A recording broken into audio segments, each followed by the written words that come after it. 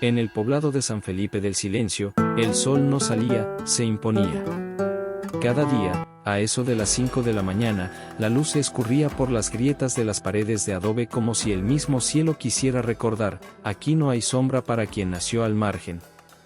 Era ahí, entre polvo fino y piedras ardientes, donde caminaba Mateo, un niño de 9 años con los talones agrietados y un sombrero tan grande que casi le tapaba los ojos. No lo usaba por estilo ni por protección, sino como saco, almohada y altar. Aquel día parecía igual a tantos otros. El viento seco hacía que el silencio zumbara en los oídos, y los cactus parecían estatuas del aburrimiento. Pero había algo en el aire. Mateo lo sentía, como cuando el cuerpo tiembla antes de la fiebre. Apretó el sombrero contra el pecho y susurró: hoy, Diosito, no necesito pan. Solo muéstrame que todavía me escuchas. A la orilla del camino, agachado junto a una lata oxidada, arrancaba espinas de un pequeño nopal con un trozo de alambre. El jugo lo usaba para untar en las grietas de los pies. A veces los turistas pagaban por remedios naturales, aunque fueran puro placebo. Pero esa mañana, nadie apareció. Solo un coche viejo que pasó escupiendo polvo, y dentro una señora tapándose la nariz al verlo. Mateo se levantó y fue hacia la feria, aunque no tenía nada que vender. Cruzó el poblado en silencio, el sombrero entre las manos como un cuenco invertido. Sabía que no podía pedir. La gente de San Felipe no daba limosnas, daba órdenes. Un carnicero murmuró al verlo pasar: ¿otra vez este mocoso? Ponte a trabajar, chamaco. Mateo solo asintió con la cabeza, como si hubiera entendido un buen consejo. Se dirigió a la sombra de un toldo donde una señora cortaba mangos. El olor dulce era una tortura lenta. Doña Leticia, ¿puedo barrer el piso a cambio de la cáscara? Vete, Mateo. No quiero que mis clientes pierdan el apetito. Retrocedió, pero no se rebeló. Caminó hasta el borde de la plaza principal y se sentó con el sombrero en el regazo. Allí, se quedó observando. Las personas reían, comían, discutían, compraban, todas demasiado distraídas para notar a un niño que solo esperaba. Fue entonces cuando notó, entre la multitud, a un señor de piel curtida y ojos entrecerrados que lo miraba desde lejos. Estaba parado, con un cuaderno grueso en las manos. No era de allí. Eso, Mateo lo captaba rápido. Los turistas caminan con prisa, los locales caminan con rabia. Aquel hombre solo observaba. ¿Qué miras?, dijo un muchacho mayor, empujando a Mateo con la rodilla al pasar. Mateo cayó de lado, el sombrero rodó por el polvo. El chico se rió y siguió su camino. Al recoger el sombrero, encontró algo dentro que no recordaba haber puesto: una piedrecita negra, lisa, con letras talladas a mano.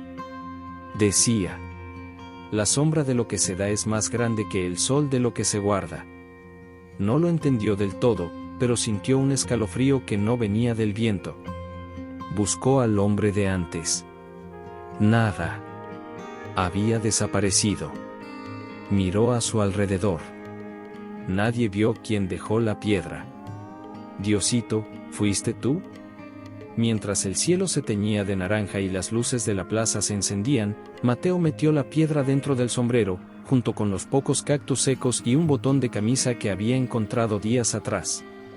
Era todo lo que tenía, y, por alguna razón, sentía que era suficiente. Pero mientras se acomodaba para dormir recostado contra el muro de la vieja iglesia, alguien se acercaba entre las sombras. Alguien que no hacía ruido, pero que tampoco estaba allí por casualidad. ¿Quién había dejado la piedra? ¿Por qué aquel hombre lo observaba? Y, lo más importante, ¿por qué Mateo sentía que lo peor aún no había comenzado?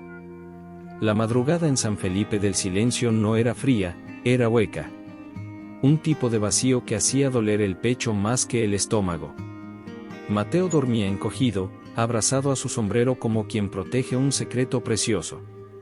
La piedra con la inscripción seguía allí dentro.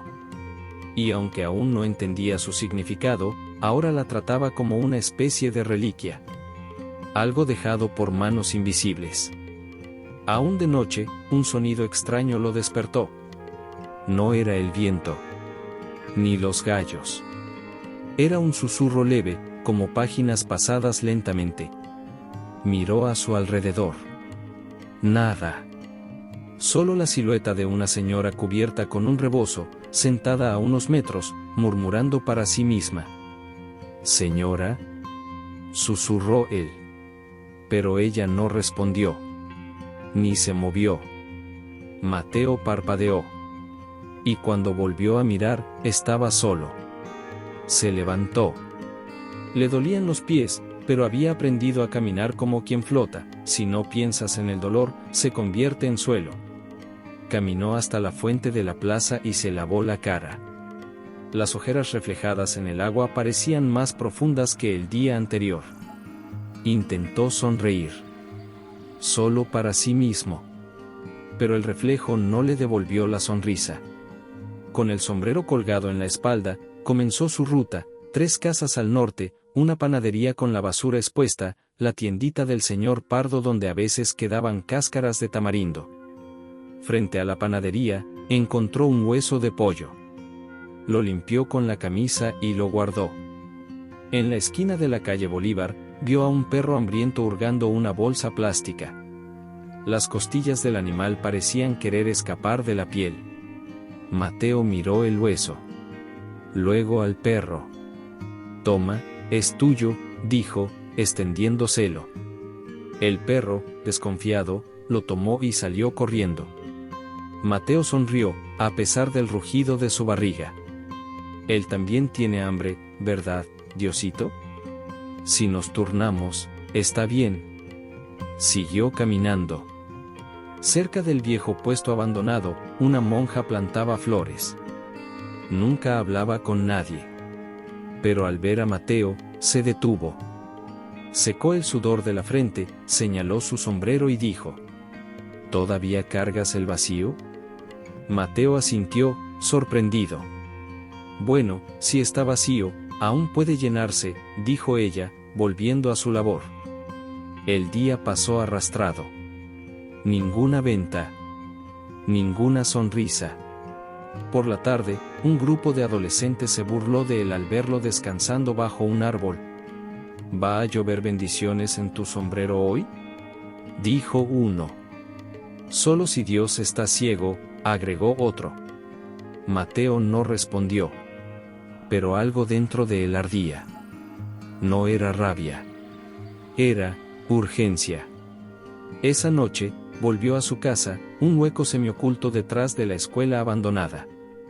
Alineó latas de sardina para sostener la lona que cubría su cama de piedra. Colocó el sombrero en el centro de la sala y se arrodilló. «Diosito, hoy no comí, pero tampoco robé. Compartí el hueso. Escuché a la monja. No lloré cuando se burlaron. ¿Eso vale de algo allá arriba? Porque aquí, nadie se da cuenta. Nadie me llama por mi nombre». Afuera, el viento sopló fuerte y apagó la vela que iluminaba su rostro. Mateo quedó en la oscuridad. Silencio total. Solo el latido de su propio corazón. Y un sonido. Un leve chasquido que venía de dentro del sombrero.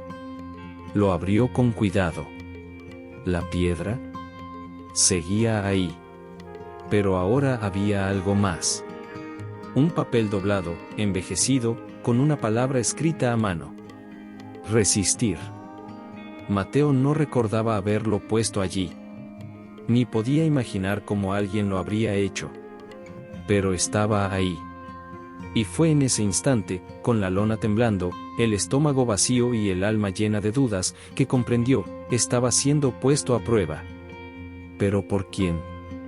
¿Y para qué? Antes de poder pensar más, oyó pasos apresurados allá afuera. No de uno, sino de varios. Voces desconocidas. Gritos de órdenes. Algo ocurría en la plaza. Algo grande. Mateo agarró el sombrero, la piedra y el papel. salió corriendo en la oscuridad. Lo que vería al llegar allí, lo cambiaría todo. Mateo corría con el sombrero apretado contra el pecho. Los pasos resonaban entre las casas, y los gritos venían de la plaza. «Rápido, monten todo, ya están por llegar». Eran voces que nunca antes se habían apurado por nada en aquel pueblo, ni para salvar, ni para ayudar. Al doblar la esquina, se quedó helado. Había carpas nuevas montadas, pancartas con palabras bonitas y flores donde antes solo había barro resquebrajado. La plaza estaba irreconocible. Un camión descargaba cajas con frutas y panes que jamás se veían por allí. Y en el centro, un estrado. De él colgaba una lona que decía, «Jornada contra la pobreza, gobierno presente». Mateo no entendía. Observaba todo desde la sombra de un árbol seco, intentando descifrar la escena. Entonces escuchó. «Que no se vea ningún mendigo.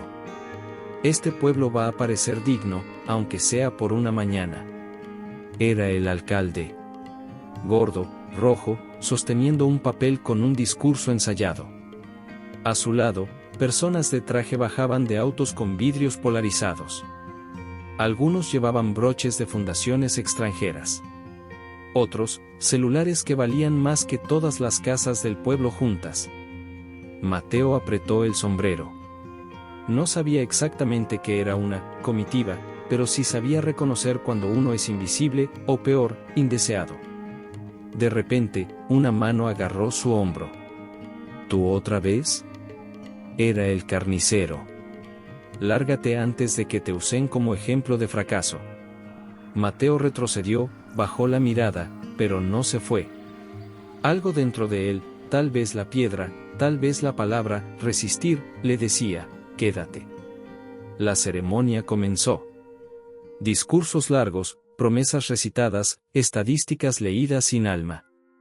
Un funcionario señaló hacia el estrado. Llamen a unos niños bien vestidos. Vamos a tomar fotos de impacto. Mateo se acercó sin saber por qué.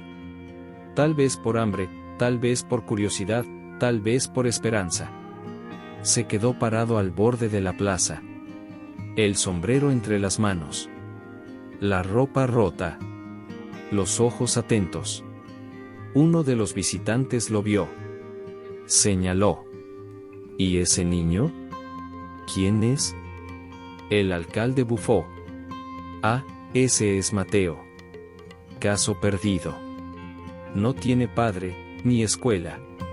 Vive recogiendo basura y arruinando el paisaje. Pero parece un problema, interrumpió el alcalde. Una vez lo vi comiendo del suelo. Eso es lo que es. Risas.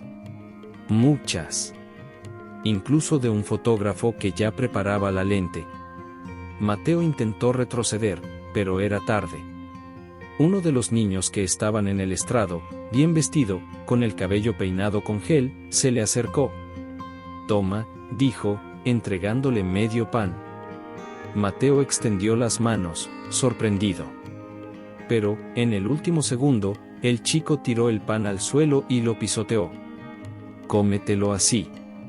Como te gusta, ¿no?» La risa que siguió fue ensordecedora. Mateo no lloró. Se agachó, recogió el pan pisado con ambas manos y lo sacudió con cuidado, como si limpiara una herencia. Luego, se alejó despacio, entre miradas y susurros, con el sombrero encogido contra el pecho y el alma hecha trizas. Pero había una cámara apuntándole. No de la prensa. Era discreta, casi escondida. Pertenecía a alguien que no reía. Horas después, ya en su refugio de lona, Mateo partió el pan en silencio. La mitad la dejó sobre una piedra para los pájaros. La otra, la comió despacio. Luego se arrodilló. «Diosito, espero que te haya gustado. Porque hoy, sinceramente, fue difícil no perderme».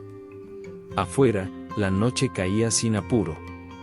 Pero al otro lado del país, alguien ampliaba la foto que acababa de tomar, la imagen de un niño de ojos limpios, sosteniendo un pan pisoteado con reverencia. Y esa imagen no tardaría en incendiar al mundo. Pero, ¿quién era el dueño de la cámara? ¿Y qué pensaba hacer con esa foto? Y lo más importante, ¿por qué Mateo empezaba a sentir que algo, por fin, se estaba moviendo? Porque esa noche, antes de dormir, empezó a llover. Y allí, en esa tierra seca, la lluvia nunca es solo lluvia. Llovió como no llovía en meses. Gotas gruesas, persistentes, se deslizaban por el techo de lona del refugio de Mateo. A él no le molestaba. Dormía abrazado a su sombrero, aún con el sabor del pan pisoteado en los labios. Su rostro mojado no era solo de lluvia. Lágrimas silenciosas se habían mezclado con el barro de su piel. A unos kilómetros de allí, en una habitación de hotel modesta en la ciudad de Hermosillo, el fotógrafo revisaba sus archivos. Carlos Madero, periodista freelance, ex ateo convencido, ahora solo un escéptico cansado. Había sido contratado para documentar la visita del gobierno a comunidades en situación de pobreza. Escenas de siempre. Miseria fotogénica. Desesperanza estilizada. Pero al ver la imagen de Mateo, algo se le trabó en el pecho. El niño encorvado, el pan sucio entre los dedos, el sombrero como escudo contra la vergüenza. Y esa expresión, no de derrota, sino de dignidad. Carlos hizo zoom. Se detuvo. Respiró hondo. ¿Quién eres, niño? En los días siguientes, la imagen fue publicada discretamente, en una plataforma de fotodocumentales sociales. Sin leyenda. Sin apelación emocional. Solo la imagen y el título, El niño del sombrero vacío. Y fue suficiente. El primer día, 1000 me gusta. El segundo, 100.000. Al final de la semana, más de 4 millones de compartidos. Comentarios en todos los idiomas. Gente llorando. Testimonios emergiendo desde rincones impensados. Una mujer en Lisboa escribió: vi esta foto y recordé a mí yo de 8 años. Nunca más me quejaré por tener poco. Carlos no comprendía del todo el impacto. No era solo el hambre o la miseria en la imagen. Era algo más. El niño transmitía una especie de pureza brutal, como si estuviera listo para ser roto, pero eligiera seguir entero. ONGs empezaron a escribir. Celebridades se pronunciaron. Y un empresario mexicano, nacido en una comunidad rural, llamó a Carlos personalmente. Encuentra a ese niño. No quiero darle dinero. Quiero sembrar futuro. Pero con él. Mientras el mundo se movilizaba, Mateo despertaba con las rodillas aún marcadas por la oración de la noche anterior. El sonido de la lluvia había cesado. La tierra olía distinto. Salía a buscar leña cuando vio, por primera vez, a la monja del rebozo hacerle una seña. ¿Qué pasó?, preguntó él. ¿Aún no lo sabes?, respondió ella, con una media sonrisa. El mundo te está buscando, Mateo. Frunció el ceño, confundido. ¿El mundo? ¿Buscándome por qué? Mientras tanto, Carlos ya había regresado a San Felipe del Silencio. La imagen del niño se le había escapado de las manos. Se había vuelto símbolo. Movimiento. Esperanza. En la plaza, mostraba su celular a todos. Este niño. ¿Alguien sabe dónde puedo encontrarlo? Pero la respuesta fue un silencio incómodo. Los mismos que se habían reído, ahora evitaban su mirada. El alcalde sudaba. ¿Aquí? No. Debe ser un montaje. Nunca lo hemos visto. Niños así ya ni existen. Hasta que un niño lustrabotas, pequeño, miró a su alrededor, se mordió el labio y señaló. Yo sé dónde vive. Pero, ¿está seguro, señor? Carlos se arrodilló, sosteniendo el celular con la imagen aún iluminada. Él me sanó con un solo gesto. Ahora, quiero hacer lo mismo por él. Mateo, en ese mismo instante, sentía una ansiedad extraña en el pecho. Como si algo estuviera a punto de suceder. Como si no lo jalara el hambre, sino un llamado. Y al otro lado del pueblo, Carlos ya caminaba rumbo al refugio de Lona. Pasos lentos. Firmes. ¿Pero qué le diría al encontrar al niño? Y Mateo, estaría listo para descubrir que, sin saberlo, acababa de convertirse en esperanza viva para millones? ¿O huiría de lo que nunca pidió, ser visto por el mundo entero? La lona se movía como si supiera. Como si ese pedazo de plástico viejo entendiera que algo grande se acercaba. Mateo estaba agachado, intentando encender de nuevo la vela apagada por la lluvia de la noche anterior, cuando escuchó los pasos. Pero no eran pasos de la gente del pueblo, no había prisa, ni rabia, ni peso. Eran pasos, atentos. ¿Mateo? La voz sonó baja, casi temerosa, como si no quisiera espantar un milagro. Mateo alzó la vista. Vio primero las botas sucias de barro. Luego, el rostro con arrugas alrededor de los ojos, pero un brillo claro en el centro. Y por último, el mentón tembloroso de un hombre que temblaba sin tener frío. «Eres tú, el del sombrero, ¿verdad?» Mateo no respondió. Su cuerpo decía que sí, pero su mente aún trataba de entender qué estaba pasando. El hombre se arrodilló, con cuidado, y se quitó el sombrero. Las manos le temblaban tanto como la voz. Yo te vi.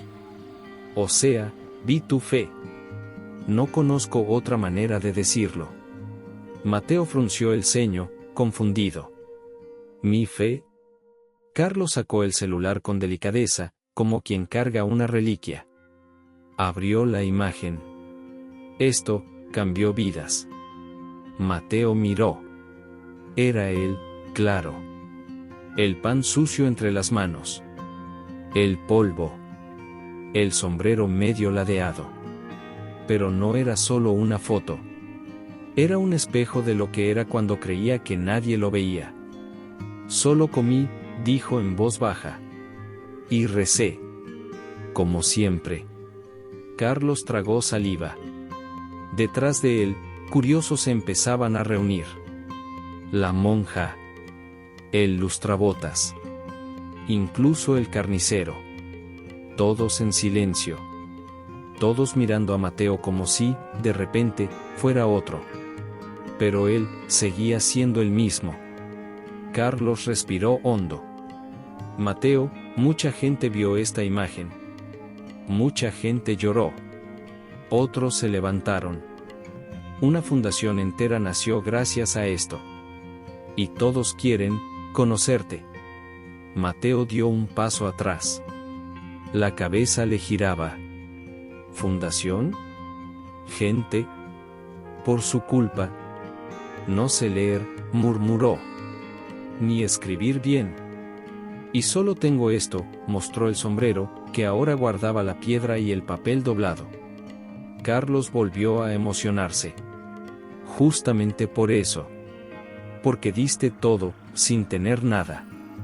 El alcalde apareció, intentando acercarse con una sonrisa forzada. Mateo. Mi niño. El orgullo de nuestro pueblo. Siempre creí en él.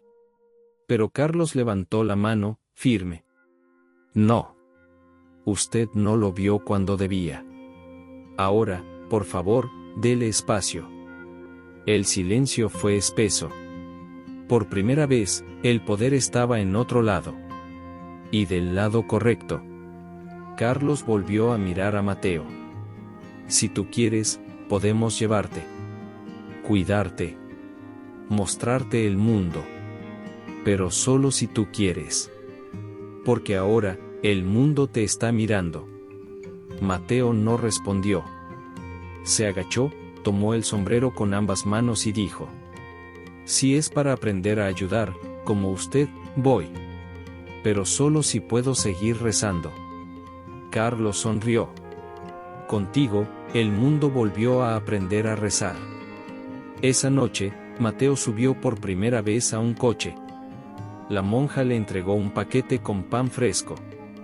El lustrabotas gritó: «Dale con todo, sombrero». Y mientras el coche se alejaba, una lluvia ligera volvió a caer sobre San Felipe. 2 días seguidos. Un récord. Pero Mateo, recostado contra la ventana, no sonreía. Algo dentro de él aún pesaba. Había sido visto. Elegido. Pero, ¿y si todo aquello era una trampa? ¿Y si el mundo que ahora lo aplaudía era el mismo que, en el fondo, solo quería apagar su luz? Y lo más importante, ¿estaría preparado para cargar con ese nuevo peso sin perderse a sí mismo? La Ciudad de México no estaba hecha de edificios, estaba hecha de ruidos. Mateo, en el asiento trasero del coche, observaba las luces y los letreros como quien intenta leer un idioma antiguo. El sombrero seguía apretado contra su pecho. Y el silencio entre él y Carlos era un acuerdo, no había prisa por entenderlo todo. Fueron recibidos por un equipo pequeño, pero cálido. Un médico lo examinó con delicadeza. Una señora le entregó ropa limpia. Había cama, cobija e incluso una lámpara de noche. Pero Mateo tardó en acostarse. Se quedó mirando el techo, con el corazón inquieto. Diosito, ¿esto es realmente para mí? Al día siguiente, conoció el espacio de la fundación. Había niños en situaciones parecidas a la suya, profesores, terapeutas, talleres. Un cuadro en la pared mostraba su foto con el título, «El niño del sombrero vacío, símbolo de esperanza». Mateo quiso arrancarlo. «Yo no soy símbolo de nada. Solo recé y compartí un pan», susurró, bajando la mirada. Carlos lo llevó a ver un video. Testimonios de personas de todo el mundo, una señora que no se quitó la vida porque vio su imagen, un niño con cáncer que quería conocerlo solo para decirle gracias, una cocinera en Perú que fundó un proyecto de sopa nocturna por su causa. Mateo lloró. Pero no por orgullo. Lloró del susto. ¿Dios usó mi hambre?, preguntó. Carlos respondió, con los ojos llenos de lágrimas. Usó tu fe. Mateo pidió una sola cosa. Enséñenme a leer. Quiero entender todo lo que están diciendo de mí, y poder responder. La respuesta de la fundación fue más allá. Le propusieron estudiar, aprender, formarse. Y más, que fuera el rostro de un nuevo proyecto, un fondo para niños olvidados, con él como representante. Mateo dudó. No quiero que me vean como pobre. Quiero que me usen como semilla. Y entonces, pidió. ¿Puedo volver a San Felipe? No para quedarme. Solo para plantar algo. Su pedido fue aceptado. Pero nadie imaginaba que, al poner un pie de nuevo en su tierra, algo mucho más grande que la nostalgia lo estaría esperando. Algo enterrado. Algo olvidado. ¿O alguien? Y eso volvería a cambiar el rumbo de todo. La camioneta se detuvo en el mismo camino donde el sol solía castigar sin piedad. Ahora, parecía más tímido, como si también esperara para ver qué ocurriría. Mateo bajó con zapatos nuevos, camisa limpia y un libro de oraciones bajo el brazo. Pero sus pies dudaban. El suelo era el mismo, agrietado, seco, caliente. Y aún así, parecía distinto. Tal vez era él quien había cambiado. San Felipe del Silencio se detuvo para verlo. Literalmente. Puertas entreabiertas. Rostros asomados tras las cortinas. La monja lo esperaba de pie, con una sonrisa pequeña y los ojos húmedos. Sabía que el sombrero volvería, dijo ella, y Mateo sonrió. Era extraño, ser esperado. Su primer destino fue la casa de la anciana del rebozo, la que había rechazado comida días atrás por vergüenza. Ahora apenas podía levantarse. Mateo entró con una pequeña canasta de panes frescos, medicinas y una manta. ¿Se acuerda de mí? ¿Cómo olvidar a quien me dio pan como si fuera bendición?, respondió ella, emocionada. Mateo extendió la mano, pero ella la sostuvo con fuerza. Te lo dije, compartir contigo es como compartir con Dios. La siguiente visita fue a la escuela abandonada. Con recursos de la fundación, había pedido su reconstrucción completa, aulas nuevas, maestros remunerados, libros de verdad. Había niños corriendo, gritando, aprendiendo. Aquí es donde dormía, contó a un grupo que lo acompañaba. Pero ahora, aquí se despierta. Después fue al pequeño puesto de salud. Cambió camas oxidadas por lechos dignos. Donó medicinas. Trajo agua filtrada. La monja lloraba sin esconderse. San Felipe ya ha escuchado demasiadas promesas. Pero tú volviste con acción. Finalmente, caminó hasta su antiguo refugio. Estaba intacto. Nadie se había atrevido a tocarlo. Quiero que siga así, le dijo a Carlos. Para que nadie olvide de dónde vengo. Ni yo. El alcalde apareció con cámaras, sonrisas falsas y un fotógrafo. Mateo, ¿una foto aquí para el registro oficial? Mateo respiró hondo. Lo miró a los ojos. Dios me dio todo esto para servir. No para que alguien se cuelgue de lo que nunca sembró. La multitud, en silencio, estalló en un aplauso espontáneo. Mateo se quitó el sombrero, lo colocó sobre el pecho y alzó la voz. San Felipe, si tenemos pan, repartamos. Si tenemos fe, sembrémosla. Porque el cielo multiplica lo que el mundo desprecia. Pero cuando se preparaba para partir, alguien se acercó. Un hombre encorvado, de pasos lentos. Ojos hundidos. Un rostro demasiado conocido para ser ignorado. Mateo se quedó helado. El sombrero casi se le cayó de las manos. Usted. Y lo que aquel hombre dijo, partió un secreto en dos. Un secreto que cambiaría todo lo que Mateo creía saber sobre sí mismo. El hombre tenía los ojos desgastados por el tiempo, pero había en ellos algo que Mateo reconoció de inmediato, el dolor de quien alguna vez fue vacío. Yo soy, tu padre, dijo con la voz quebrada. Nunca dejé de buscarte. Solo que no sabía dónde, ni cómo. Mateo se quedó inmóvil. No sabía si debía llorar, huir o creer. ¿Por qué? Porque fallé. Tu madre murió, yo me hundí, y tú desapareciste. El mundo pareció detenerse. Alrededor, nadie se atrevía a interrumpir. Mateo cerró los ojos, apretó el sombrero contra el pecho y respiró hondo. Diosito, ¿era esto lo que necesitaba saber? Entonces, extendió la mano. No tengo rencor. Solo quiero saber si aún tenemos tiempo de sembrar algo juntos. El hombre cayó de rodillas, llorando. Y allí, bajo el mismo cielo que un día lo ignoró, Mateo entendió, la mayor multiplicación no era de panes. Era de perdón. Pero algo aún mayor lo esperaba. Una invitación. Un escenario. Un mundo entero, listo para escucharlo.